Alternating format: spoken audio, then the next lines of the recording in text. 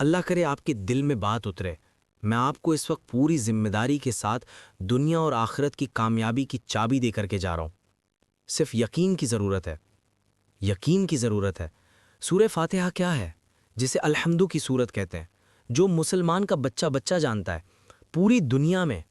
سورہ فاتحہ پوری دنیا میں کوئی چیز اتنی نہیں پڑھی جاتی جتنی سورہ فاتحہ پڑھی جاتی ہے۔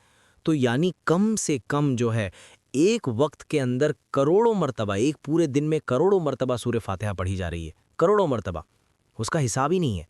سورہ فاتحہ سے زیادہ کوئی سورت نہیں پڑھی جاتی، سورہ فاتحہ سے زیادہ کوئی چیز نہیں پڑھی جاتی، یہ سورہ فاتحہ ہے۔ پھر اس سورہ فاتحہ کا حال یہ ہے، اگر کوئی غمگین پڑھے اس کا غم دور ہو، اس کی ضمانت رسول اللہ نے دی ہے۔ کوئی بیمار پڑھے اس کے شفا کی بشارت مصطفیٰ جان رحمت نے عطا فرمائی ہے۔ اگر پانی پہ دم کر کے کسی کو پلا دو، اللہ اسے شفا عطا فرمائے۔ کوئی ظالم حکمراں سامنے ہو، اپنی بات نہیں مانتا، اس کا چہرہ دیکھ کر سورہ فاتحہ پڑھ دو، اللہ تبارک و تعالیٰ اس کو آپ کے سامنے مسخر کر دے گا، ڈھیر کر دے گا۔ یہ سورہ فاتحہ کیا ہے؟ اس کو سورۃ الدحا کہتے ہیں، اس کو سورۃ الشفا کہتے ہیں، اس کو سبا مثانی کہتے ہیں، اس کو الکتاب کہتے ہیں۔ یہ سورہ فاتحہ کیا ہے؟ توریت، انجیل، زبور اور جتنے صحیفے مصطفیٰ جان رحمت سے پہلے اللہ نے نبیوں پر نازل فرمائے تھے، وہ سارے صحیفوں کو، ساری کتابوں کو سمیٹ کر ایک قرآن میں جمع کر دیا اللہ نے، اور پورے قرآن کو اللہ تبارک و تعالیٰ نے سمیٹ کر کے ایک سورہ فاتحہ کے اندر جمع فرما دیا۔ اس کو الکتاب بھی کہتے ہیں۔ الکتاب یعنی یہ کتاب کی عمر ہے، یہ کتاب کی اصل ہے، یہ کتاب کی ماں ہے۔ اللہ اکبر۔ اس کو فاتحہ الکتاب بھی کہتے ہیں۔ یہ سورہ فاتحہ کیا ہے؟ اللہ اکبر، یعنی کتاب کی شروعات ہے۔ جس وقت سورہ فاتحہ نازل ہوئی، شیطان چیخ چیخ کر کے رویا، اور اس نے کہا امت محمدیہ کبھی ہلاک نہیں ہو سکتی۔ پورا قرآن نازل ہوا، شیطان اس وقت نہیں رویا۔ سورہ فاتحہ نازل ہوئی تو شیطان رویا چیخ چیخ کر، اور اس نے کہا اگر اللہ امت محمدیہ کو ہلاک کرنا چاہتا تو ان کو سورہ فاتحہ کبھی عطا نہ فرماتا۔ یہ سورہ فاتحہ ہے۔ سورہ فاتحہ یہ ہے۔ اب آئیے سورہ فاتحہ کی بات، قرآن کی بات آ گئی تو سورہ فاتحہ کی بات۔ سورہ فاتحہ کیا ہے؟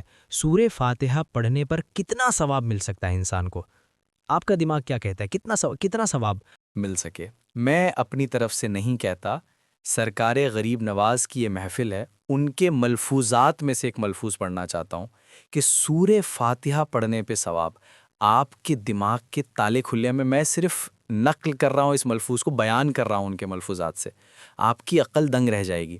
پہلی بات تو یہ، صحابہ کرام کسی کو سانپ کاٹے تو سورہ فاتحہ پڑھ کے دم کرتے ہیں، بچھو کاٹے تو سورہ فاتحہ پڑھ کے دم کر۔ ہم کو کوئی منتر جنتر یاد کرنے کی ضرورت ہی نہیں ہے۔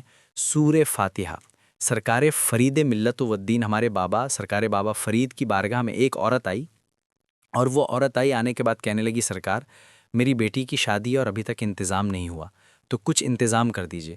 بابا فرید رحمۃ اللہ علیہ نے فرمایا کہ وہ مٹی کا ڈھیلا اٹھا کے لائی، وہ مٹی کا ڈھیلا اٹھا کے لائی، آپ نے سورہ فاتحہ پڑھیے، دم کر دیا اور کہا کہ مٹھی بند کر اور گھر جا کر کھولنا۔ اس نے جیسے ہی گھر جا کر کھولا تو وہ مٹی کا ڈھیلا سونا بن گیا تھا۔ سبحان اللہ۔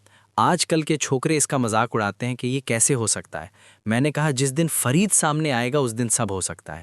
آج تمہارے درمیان فرید نہیں ہے نا، اس لیے تم کو یہ اچھی بات۔ مثال کے طور پہ اگر میں کسی کو یہ کہہ دوں کہ بن موسم کے پھل تمہارے حجرے میں آئیں گے، تو لوگ کہتے ہیں کیسے ہو سکتا ہے؟ میں نے کہا نہیں ہو سکتا، اس لیے کہ تو مریم نہیں ہے۔ جس دن تو مریم بن جائے تیرے حجرے میں بن موسم کے پھل آ جائیں گے، کیونکہ قرآن کہہ رہا ہے نہ، قرآن نے کہا کہ حضرت مریم کے حجرے میں بن موسم کے پھل موجود تھے۔ میں اگر کہہ دوں کہ تب تو سوئے گا تو کتا تیری رکھوالی کرے گا، اور اگر تو 300 سال تک بھی سوتا رہا تو کتا تیری رکھوالی کرے گا، مذاق اڑائیں گے، کیا بے وقوفی کی باتیں۔ میں نے کہا تو اصحاب کہف نہیں ہے، اگر تو اصحاب کہف بن جائے تو کتا تیرے دروازے پر 309 سال تک کے بیٹھ سکتا ہے۔